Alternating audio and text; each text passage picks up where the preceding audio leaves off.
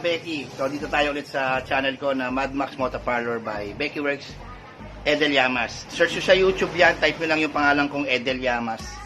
Makikita nyo na agad. Dito yung YouTube channel ko. So ito na naman tayo, another day, another blessings po, galing kay Lord. Good day mga ka-Beckys. So dito ulit ako, Edel Llamas, Becky Works. Magbibigay ulit tayo ng mga kakaibang DIY saka tutorial saka mga techniques na yun naman ang madalas na kino-content ko, mga light setups, mga madaling matutunan, mga simpleng paraan na method.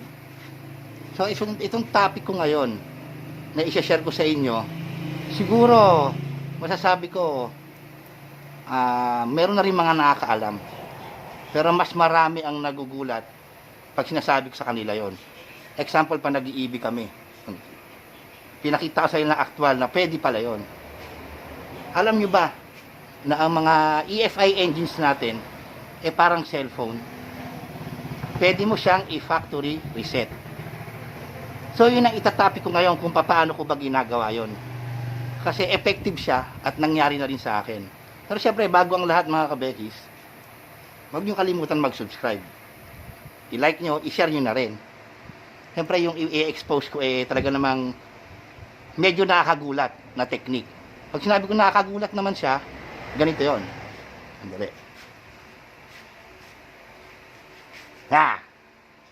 Ganun yon. Relax ko lang kayo mga ka-Beckys, joke lang yon. Para naman kahit yung ads panuorin nyo rin, huwag nyo i-skip. So ganito, minsan kasi nasa tao o nasa driver o nasa may-ari ang pagkakamali. Bakit nagloloko ang mga sasakyan natin na EFI, lalo na to laser itlog. Ikukwento ko sa inyo kung ano naranasan ko dyan at paano ko nagawa. Example ko yung mga cellphone natin. Pag sumobra ka ng download or puno yung memory card or ang daming fault nangyari, nabagsak kung ano-ano, di ba parang naghahang? So wala pong pinagkaiba sa mga EFI engines na mga sasakyan natin. Take note mga ka-Beckys, EFI engines po, computer box operated yung mga sinasabi ko ngayon. Yung isang maling ginagawa natin bilang driver, kunyari tuwing umaga papasok ka sa trabaho, diretso, patay, call start, diretso, pag unang susi, start agad. Makikita nyo naman meron tayong check engine indicator light. Yung iba nagtataka, nasisiraan sila ng servo, nasisiraan ng RPM. So mga Beckys, more on theory ulit yung sinasabi ko ito theory ko lang talaga. So kung may mag-react, no hate na lang, just love. So balik tayo sa servo. Minsan nababasag yung torpedo. Sabi nila dahil sa kalumaan, pwede rin sa kalumaan. Lumurupok. Mainit kasi yung makina, ganyan-ganyan. Pero mas napapadali ang buhay na nasisira din yon. Lalo na yung mga RPM, nagloloko, ganyan.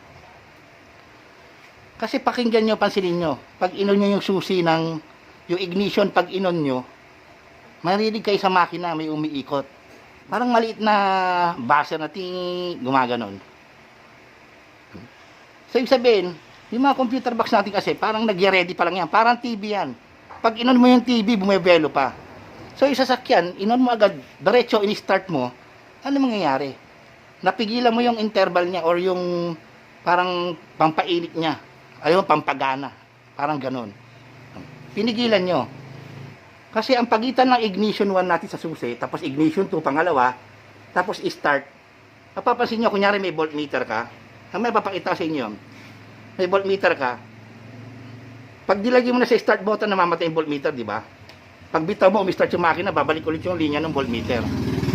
So, ibig sabihin, namamatay yung power ng unong kung anong mga nakakonekta sa accessory, sa ignition 1, sa ignition 2, kung anong mga nakakabit doon. So, anong nangyayari, pag umiikot, di mo tinapos yung check engine mo, bumibelo pa lang yung servo mo, huminto siya.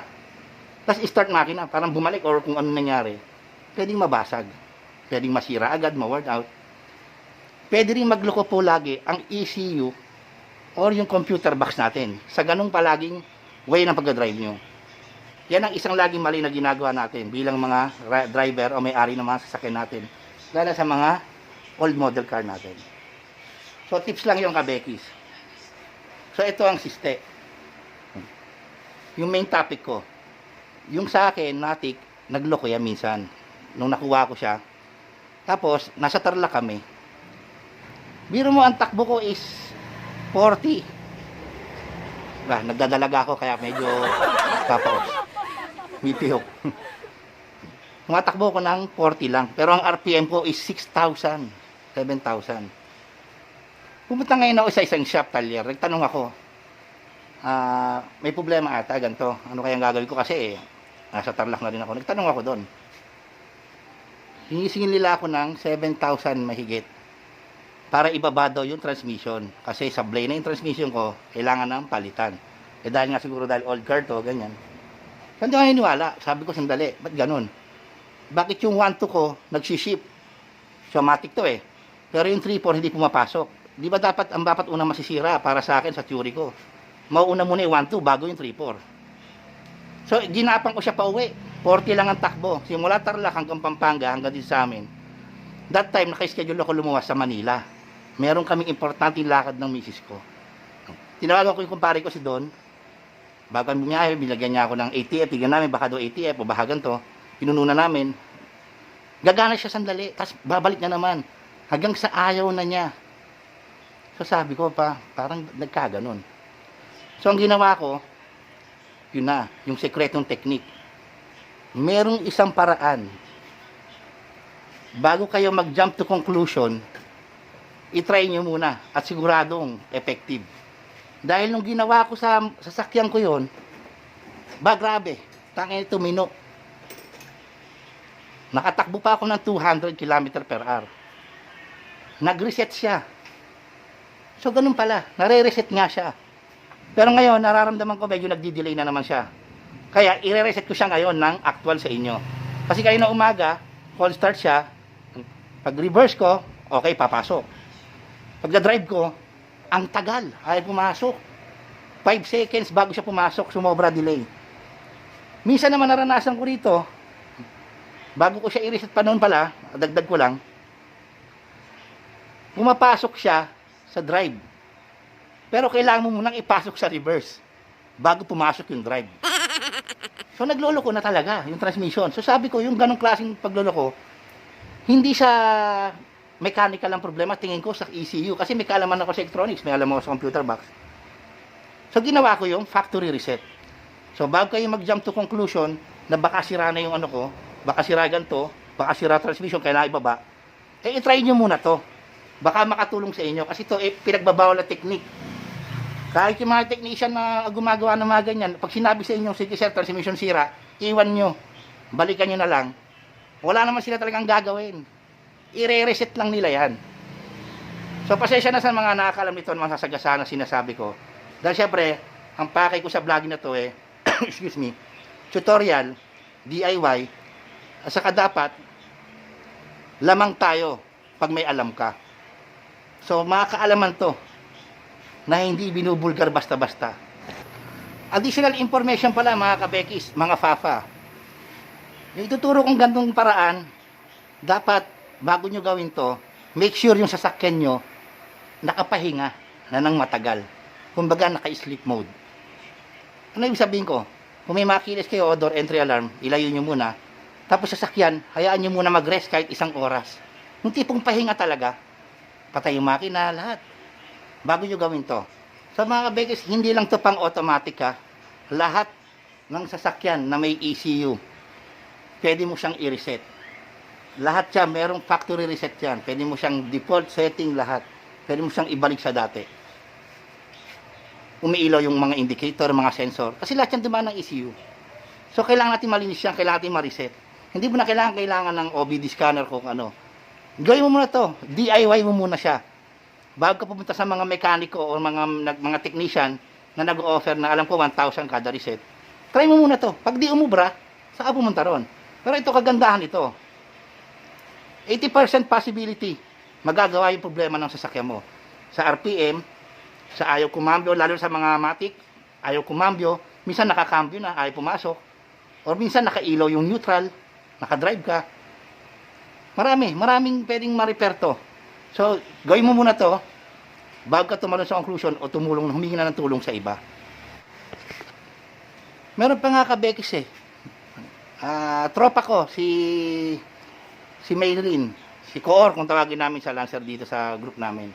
Tumawag siya sa akin, tinatanong niya, Papa Edel, paano nga ba ulit yung i-reset yung Matic? Kasi meron yata siyang kaibigan na naka-Nissan Sentra na nagka-problema sa Matic. Kasi yun, nagpakabit yata ng keyless o door, basta mga ganun, may pinakabit siya. Ngayon, nagtataka daw sila, ayaw daw kumambyo. So tumawag sa akin, pare, paano ba yung ano ulit? Yung sinuro mo sa amin na paano mag-reset ng ganito, ganyan. Tinuro ko sa kanya. After 20 minutes, tumawag sa akin. 30 minutes yata, o bago mag 1 hour, tumawag siya. Pre, okay na, umandar na, nakakambyo na, pumasok na. So masasabi ko, effective.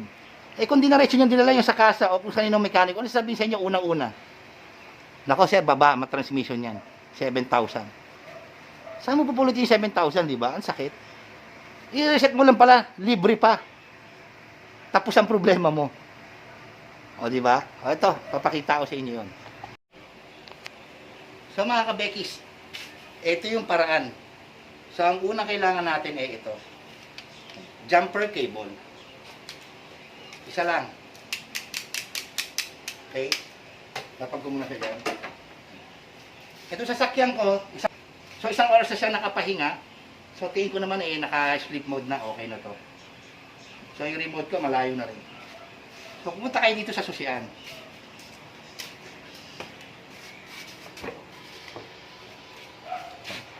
Ang gagawin nyo mga kabekis, i-on nyo. I-on nyo siya. I-on nyo siya ng sagad. So, yan, naka-on na. Lumabas na yung check indicator light. Tapos, i-park light nyo to. Park light lang. So, okay na yan. Balik tayo sa harap. Yan, nakabukas yung pinto mga kabekis ha. Hindi ko sinara, binuksan ko yung pinto. Kung titigan nyo mga kabekis, naka-park light. So, isang malayo. So, isang terminal ng battery negative. Tatanggalin nyo.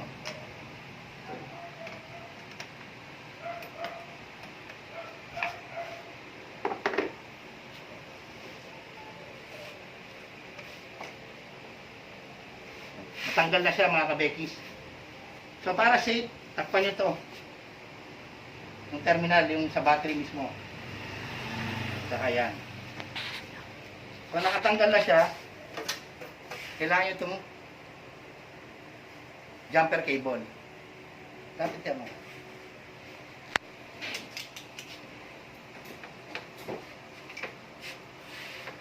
Itong isang paa niya, ilalagay mo sa positive.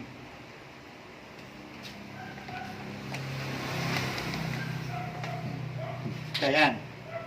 At yung isa naman mga papa, mga kabekis, dito sa tinanggal natin, no? Yung tinanggal nyo, ilagay nyo siya doon. Ayan.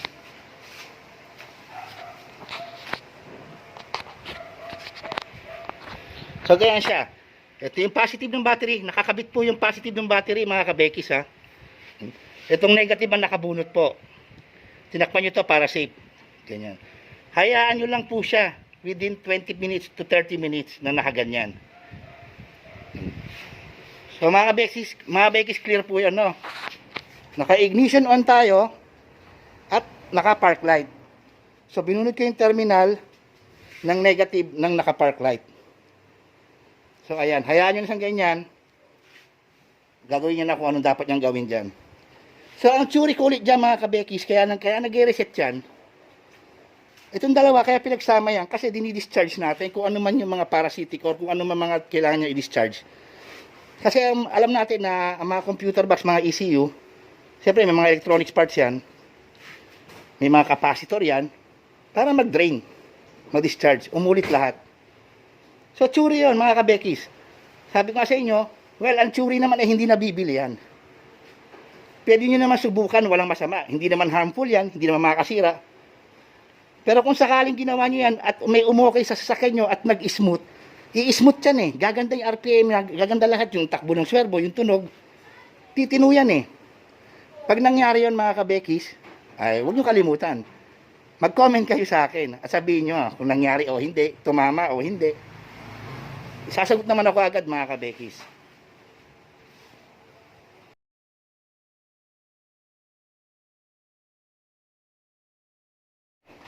So mga kabekis, after 1 hour, ngayon ko lang siya alisin kasi nabisi ko kanina, may ginawa ko. Pero mas matagal kasi mas maganda. Minsan nga pwede gabi mo gawin, hanggang umaga mo na alisin. So babakasin ko na siya mga kabekis, tapos try na natin sa loob kung nag-smooth ba at kung nawala na yung delay nung sasakyan ko. Narinig niyo yung ticking sounds mga kabekis? Tik tik tik tik tik. Lumakas na siya ulit. Nung una kasi mahina na yan, ngayon no. Lumakas na. So nag-reset.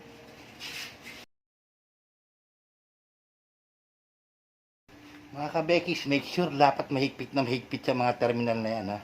Hindi gumagalaw, hindi maluwag. So ayan, i-start ko na siya.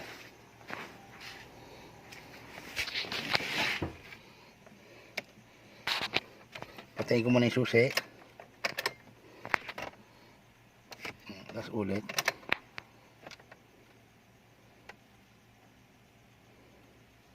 Ayan. Pag namatay na yun, saka nyo i-start.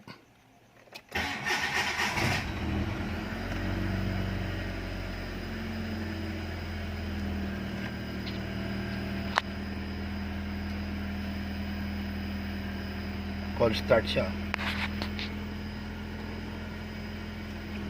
Try ko siyang i-atras, kabante. Ayan, bilis na ng feedback mga kabekis oh.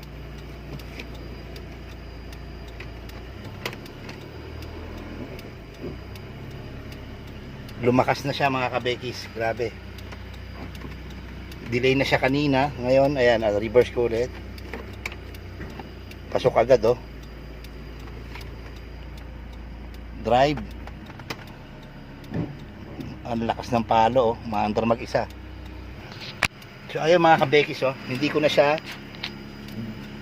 na ako nagagas. Pagpasok ng cambio, hinahayaan ko na siya. Aircon natin.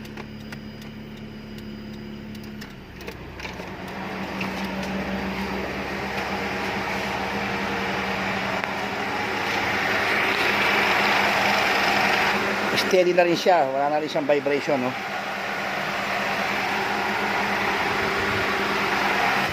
Nag-automatic na agad.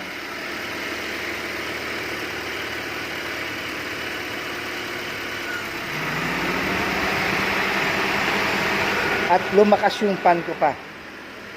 Automatic agad, ang bilis oh. Lakas ng fan, lumakas yung fan mga kabekis oh. Walang biro yan mga kabekis, i-try nyo sa inyo. Ngayon ko lang nakita yan nag-automatic na ganyan after nung nakaraan last year ko pang pinawain ano to. Ni-reset. Ayan oh, lakas yung pan oh. Oh, ang bilis mag-automatic.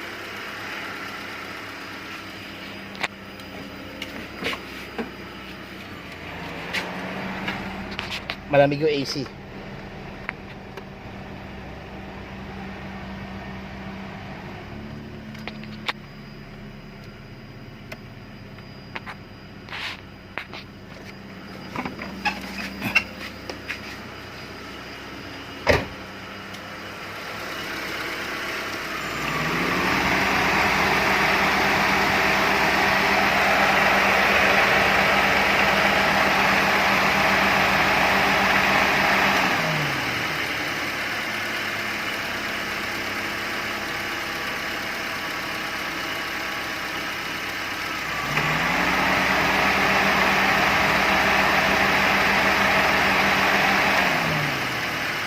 Ganun kaganda. Hindi naman naggagayan-gayan yan. Kagaya nung sinabi nung isa na pinower up ko, yung huling bilag ko, sabi nga niya, panay na ang tik-tik nung sasakyan niya. Ito ang biso, palit ng palit agad eh.